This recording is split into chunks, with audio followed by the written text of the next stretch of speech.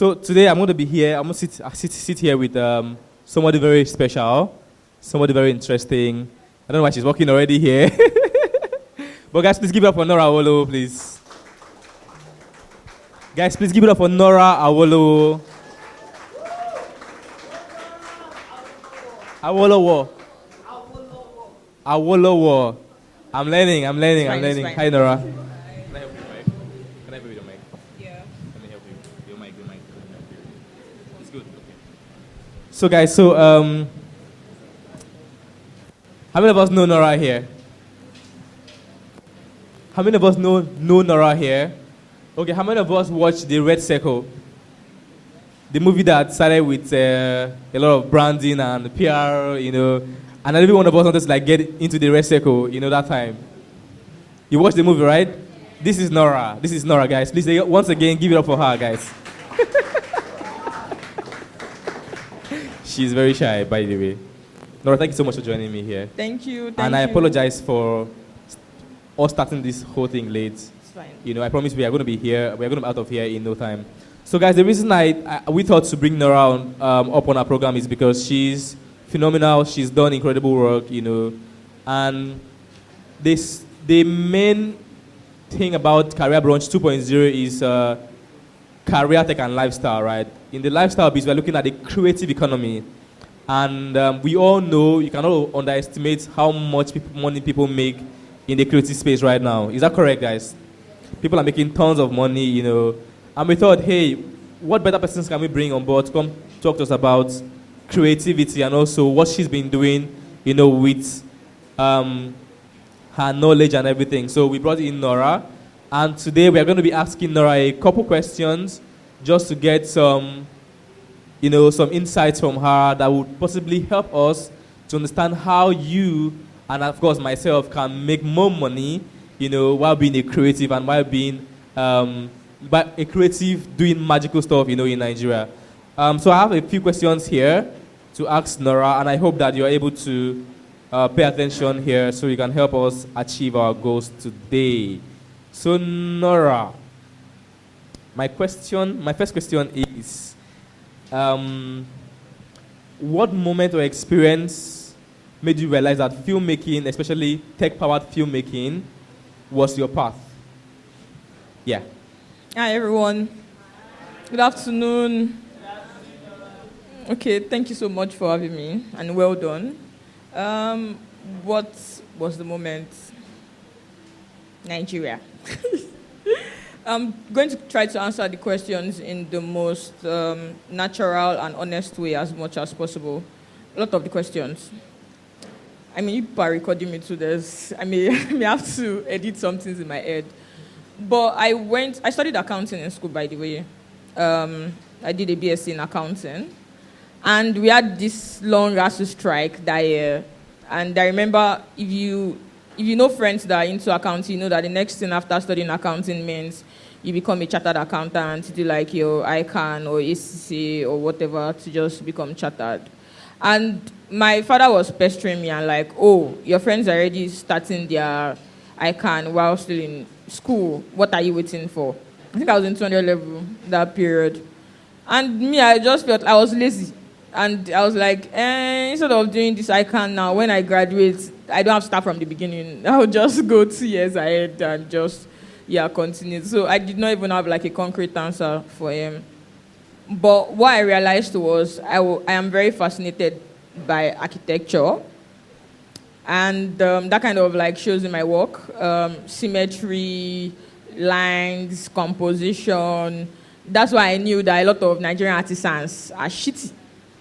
With building, I can look at a building, I can see that this arc is not straight. And when you are shooting, you tend to know when you are adjusting your camera and you're like, is it my camera that is the problem? Only for you to realize that it's the building that is actually the problem. Your Babakpeju that did cupboard did not align it properly. Do you get? And those were kind of things that were fascinating for me. And I had a friend, which is interesting, I met off Twitter, that most of my good friends that have also actually influenced my lives are friends I met off Twitter for a social media that people run away from meeting people from. And he was in Ekiti then. I think he was 7. Yeah, and he had a camera. He had a Nikon camera or something. But he also studied medicine, so he was 7 at Exut. And he was like, oh, what do you want to do? I was like, oh, I'm fascinated by this and this. I really like photography, but more camera then, I think the Canon 650D that I wanted to get then was about 150K. I was getting about 10K pocket money from my parents. I'm not going to starve for 15 months to save a camera. Maybe I should just wait and do this accounting thing. And he just said start somewhere, and that's basically what it was. And at the same time, when it was, when your friends give you advice but you don't take it. And I remember seeing a vacancy post in Ekiti saying they wanted an accountant, and the pay was 70,000 naira. I said, in this Ekiti, there was no way. Now that I think about it, most of my friends that actually graduated are now working at like Big Four out of the country. I don't know why I felt like my career was tied around Ekiti, and like I was going to study accounting or be an accountant there. But that literally just changed my mindset that, you need to find a side hustle. For me, photography then was like a hobby, but it was also a side hustle from just not doing accounting. I was like, nah, I'm not going to be poor and living here 70K salary. And basically, that was how I started. I started taking pictures with my phone. I would do that. I would share, recommended people that I knew that were also into mobile phone photography and say, see this person, see this person. So I started looking at their work and I was trying to emulate their work. And I would always share. I think for me, it's even now that I don't even share as much as I used to share. That's why they say, like, comfort is the enemy of growth. Then there was the passion and I would always share. And from then, somebody just reached out to me and was like, oh, do you mind working for Techno? Off Twitter. And we'll pay you salary and you get every of their phone that comes out. And I was, from someone that was earning 10K, they started paying me, I think, 50,000 naira salary. And I get every phone that comes out. So if Techno releases like 12 phones in a year, I get it 12. And I don't get to return it. So I'll just distribute phones to my friends and family. Like, oh, this new one is out. Do you want this one? So I was changing that. But basically, to answer the question, it was ASU. It was also the friend I had in my corner. It was also my passion for symmetry, composition, and I just felt like, oh, let me just go into this thing. I always loved the media, and I felt like there was a way I could contribute to my skill set to actually shape narrative, and that was one of the reasons I went into that. Interesting. Guys, please give it up for her. Thank you. I want to talk about Red Circle. So, on the premiere day, I was in Abuja. I was at Silverbird, I think Silverbird, where the light went off. Oh, you were there? I was there. I was the one that tagged you on Twitter that afternoon. Was it even that evening that, we had there's no light here, we're not going to be watching this movie anymore, I was there. And then I've watched the movie obviously twice. I watched the movie twice, in Abuja once, here in Lagos twice, right? Because I loved it. Yes. I'll send you t-shirts. Thank you. My merch. Thank you. So I've watched the movie twice because it makes so much sense to me. But I want to ask, what exactly inspired the Red Circle? And how was that entire production for you? Yeah. All right. Thank you again for watching, and thank you to those that have watched in the room. And if you've not watched, anytime released on streaming platform, please help us watch so we can make more films. And to the question where you said light went off at Silverbird, I was thinking about, and I was having a conversation with an actor yesterday, and I was like, people whose career is not based on the public's opinion or the public picking out like projects that they've worked on. They don't know how privileged they are, which is like the most. You will just wake up and see this film is trash, and nobody knows how much you've suffered. I've been seeing like things about Burna Boy recently, and I'm just like, wow. I mean, there is its own drama, but I'm like, people. Maybe I should have just studied accounting, where either it balanced or it not balanced. Your opinion does not care. Like, they'll pay me my salary. But yes, that was like a side encounter that we had. But what inspired Red Circle? I think I was just bored. I get bored quickly. I get bored of doing the same thing over and over again, like kind of repetitive stuff. So I work on people's projects. From going into photography, I got bored of photography and I was like, okay, what next? I was like, okay, video. I was going to go into video. I think I can merge both. Then I did that. I went into documentary. I did stuff for FIFA. I did stuff for Guinness. I did all of these things. I remember every time I had friends that were in Nollywood. So I'm like, Nollywood, they don't really have money. I don't think, because brand money is good money. Like, brands pay you well than you working on a film set for 6 weeks to pay you. You shoot something for a brand in 2 days, you collected your money and you've moved on. But you're suffering on a film set, and film would give you popularity. And I keep telling people that you'll be famous, but you'll be poor. Very poor. So what actors have tried to do these days is, you see all of them have side hustles. They will open like new, some of them are selling stuff online, skincare, this, that. Then they collaborate with brands as ambassadors. Those are the things that actually pay them. So back to the question, and I was doing all of this thing, and I was like, okay, the difference between film and a lot of fast-paced projects is that your name sticks with film. There's an end credit for film. You watch music videos these days, and the only people that get credit is like the director, T.J. Omori Bagada, directed by Pink, director K. But you don't even know who the gaffer is. The gaffer is the lights person. You don't know who the cinematographer, except you are into that and you are looking out for who the cinematographer is. You don't know who the grip person is. And that's the difference with film. Like, you can see the end credit and all of these things. And it is also the way 10 or 15 years after, people still reference people like C.K. Kelani, because he has created a product that has even like transcended like even what he created. So all of those were just things that I thought about, and I was like, okay, I've worked on people's project. I worked on Lee Shabi, I worked on Baby Farm, I worked on stuff with Dr. Seed and the rest, and I was like, okay, what next? I've been jumping on people's projects. This is so random too. It was also during the time that Femi Otedola bought Ferrari for his children. And I was like, how many film sets do I want to jump on to buy Ferrari? Like, I was like, pink, purple, I think there was another color. Everybody had like colors. And I was like, it's not going to work. Like, how many sets? Then you realize that in the creative economy, the moment you own an asset, you are not just jumping, you have an IP. It becomes scalable. And I thought about it and I said, to build a structure is the only way you can get funded. It's also the only way Mwabudu was not just shooting film. He started to make it like Ebony Life Group. Now there's cinema, there is restaurants, there are different things that is running under this. And that was the reason I was like, okay, I have friends. Most of the biggest films that have come out of Nollywood, most of the HODs are my friends. So why not all of us come together and just make a film?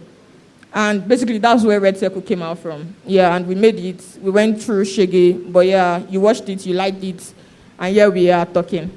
Thank you, guys, please. My other question is this, right? Red Circle wasn't just showed in Nigeria or in Nigerian cinemas, or it went global, right? I want to ask you, how did you intentionally build this global audience, that were looking forward to your production, or that were looking forward to your production, really? How did you intentionally build this? I mean, a lot of us are here. We want to also connect to the international market, How do you think that we can do that as well, just as you did? So I realized we screened in the UK. We also did like a premiere in the UK. Nigeria there's now the Jackpot wave. We have like core audience there. If you go outside the country, I keep saying that people that actually watch our film are all those, like my mother's generation, your mother's generation. You see them maybe went for Omugo with their kids and they are watching like YouTube videos. I saw a YouTube video that my mother was watching. I didn't even know the channel. I didn't even know it. That's part 1 to part 6. I was like, what's going on? But there are audiences like that they've probably not been to Nigeria since they've traveled in COVID. And anytime there's content, they are happy to just engage, to just relive those memories. They're happy to see the actors that are in distance. And for me, it was that. Also, the kind of marketing that we also did, like already stated from the beginning that, we are coming to this place. So once we did that announcement, like kind of resonated that, yes, these guys are coming. Yeah. How do you think that young people, like, of course, people in the room here can actually build that international audience for themselves? Yeah. I think a lot of people should collaborate more. I keep saying it, like, for me, if I'm going to the UK, for instance, and I decide that, I want to do anything, there's intentionality with reaching out to creators there and say, what are you working on? How can I also support? Do you get happy to do stuff for free? That way, you also get connected to their own community. Do you get? It is the way I keep telling my crew member that when you have 100 or 500 people following you on your WhatsApp and you post a trailer of a film that you worked on, like, you're also exposing me to that audience. So engage with people, collaborate with them. Do you get? Like, also look at what industry are you inside. Do you get? How do I also like get into? I was talking to PCTME. I don't know if anybody knows PCTME here. And PCTME is one of the investors in Red Circle. Where did I meet Peace? On Twitter. But let me tell you what Peace did when we wanted to do the premiere of Red Circle. She brought out tech people. Most of the sponsors from, I think we did like, Piggyverse did like a paid screening for Red Circle. Paystack also did like a paid screening. And most of them were from people that I already know. You know, somebody knows somebody, somebody that knows somebody, and they do an introduction and say, oh, this person is a fantastic person. Do you get? I think you want to meet this person and collaborate with them. But the moment you start reaching out to certain people and collaborate with them, he exposes you to like their community. Please, thank you so much, Nora. Guys, please clap for Nora, please. Thank you. Just wrapping up. I mean, the creative economy is in Nigeria is actually exploding, right? I mean, a lot of us in this room are content creators, right? I just want to know, what do you think, or what opportunities do you think young filmmakers or young content creators should be paying attention to right now? Interestingly, AI. Like, every time, I think people are so scared of AI now, and whereas you should use like LLMs to actually improve on your storytelling. It is what it is. This thing has come to stay. It was like when the internet was just coming up and like our parents probably thought it was a bad thing. Yeah. But here we are. The internet has also come to stay. Now there is AI. I'm doing my mood board. I just need to draft and say, oh, please, can you create this as a reference for me? And you are seeing it. Yeah. And it reduces stress for you. You can also use your time to work on other things. You can always put structure to things with these things. And I keep saying it, that technology is here to enhance our stories if you actually know how to use it, because prompting is actually a skill on its own. Yeah. So a lot of content creators should embrace it. I was editing on DaVinci recently and saw that these days you don't have to be writing and transcribing manually anymore. There's AI tools featured in your editing software that you just need to just click on something and automatically transcribes for you. Do you want to be doing like 10 years ago where you see like, no, I'm not going to use AI, I'm not going to use AI, and you want to be taking your time to transcribe? And I told someone, and I was like, I'm worried for transcribers because that's somebody's job. Normally we pay in films. You pay people to actually transcribe your film from the beginning to the end. And sometimes it takes them 2 weeks, 1 month for them to deliver the transcription. But now, in 3 minutes, AI is transcribing on DaVinci. Do you get? Yeah. So those are the kind of things that you need to embrace and just use it to just enhance your storytelling and just get better at it. Interesting. Now, what's the apart from obviously the getting used to AI or getting to use AI, right? What's the one advice you have for young people in this room right now who are looking to become superstars like yourself? I'm not a superstar, so they don't kidnap me, please. I think more people need to collaborate more, guys. Like, we need to collaborate more. I think enough young people are not collaborating enough, or people are not collaborating enough. Everybody wants their name should just be the only one. I'm the only one that has this idea. I am the only one that did this. I am the only one that did that. And I keep saying that 2 heads are better than 1. So imagine 5 heads in a room getting things done. If I see, I'm not a script writer. Somebody else wrote to Red Circle, which is my very good friend, most of my projects. But the worst I would do for myself, because I want to take all the credit of a project, is saying writer, director, sound designer, costume, this, that. You would not even have a project. Like, you as a content creator, you know that, oh, you are the one that wants to be in front of the camera, for instance. But you have a friend that is very good with technicality, that can shoot, that has maybe camera, that has a good phone, that can edit. Reach out to them and just say, okay, guys, this is how we'll do it. Maybe when you post, we share the collaboration, we share the credits or something. But that's how you form a team. And once you start churning out stuff, now there's something in your portfolio that people can also see and bank on. But I just wish more people actually collaborated more. So I think young people, please collaborate. Very profound. Thank you so much, Nora. Please, guys, give it up for Nora again. So I think for me, what I've heard here today is we should collaborate a lot more. Don't turn your collaborators into competitors, right? You don't have to compete with everybody. You should obviously collaborate with people, right? Even if it's not your enemy, but it is what it is. But collaborate with people, right? And use AI. AI is not here to steal your job. AI is not here to make you dumb. AI is not here to make you foolish or anything, right? So please use AI as much as possible, but as moderately as possible as well, And of course, prompting is a skill like Nora shared here with us. So you need to be able to give AI something for it to give something back to you, right? And I think that everybody here has learned something today. And Nora, thank you so much for your time. Really, really appreciate you. Can we take pictures, please? Any questions? Pictures? Do you have questions for Nora? You can ask her one question. We can take one question. Yes. Yes, that's my friend there. Shalom, help me. You have a mic? Okay. She's a film. Yes, I can.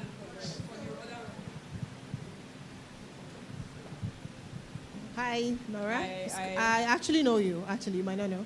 But it's good to meet you. Me. Of course I do. Don't worry.